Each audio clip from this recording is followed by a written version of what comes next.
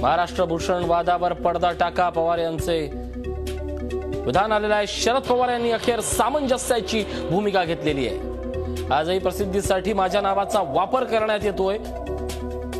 शरद पवारांचा राज ठाकरेंना टोला आहे।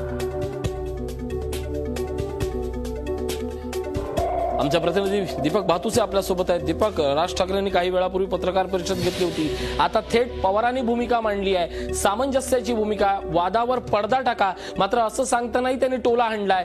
आजही माझ्या नावाचा वापर करून प्रसिद्धी मिळवतायत। नेमकं पवारांना म्हणायचं काय आहे आणि पवार म्हणाले काय? ऋषी, महाराष्ट्र भूषण पुरस्कारावरून जो वादंग सुरू आहे त्या वादंगाला खरी सुरुवात शरद पवारांनी जे 4 दिवसापूर्वी वक्तव्य केलं होतं त्या वक्तव्यानंतर अधिक हा वाद महाराष्ट्रात पेटला आणि आज तेच पवार या संदर्भात हा जो वाद आहे या वादावर पडदा पडायला हवा अशी भूमिका मांडतात।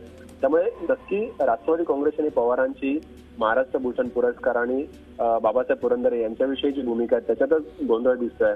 पवारांनी आता म्हटलंय की वादावर पडदा पडायला हवा। आपल्याला माहितीये उद्या संध्याकाळी 5:30 वाजता या पुरस्काराचं वितरण होतंय राजभवनवर। आता काही तास शिल्लक आहेत हा पुरस्कार देण्यासाठी आणि अशा वेळेला राज्यभर वेगवेगळ्या स्तरावरती कोणी समर्थनार्थ या पुरस्काराच्या समोर उभ्या टाकले बाबासाहेब पुरंदरेच्या बाजूने, तर अनेक जण विरोधही करतायत त्याच मोठ्या प्रमाणावर, काही ठिकाणी आंदोलन होत आहेत। आणि आता या पार्श्वभूमीवर शरद पवारांनी केलेल्या वक्तव्याला महत्व आहे। त्यांचं म्हणणं आहे की वादावर पडदा पडायला हवा।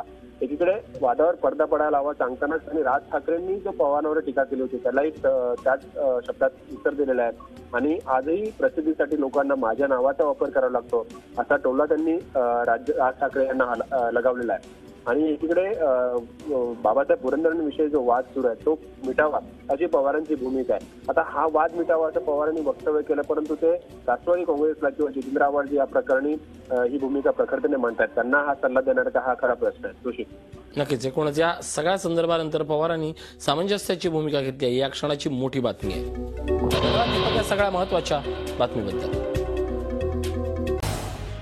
झी 24 तास रहा एक पाऊल पुढे।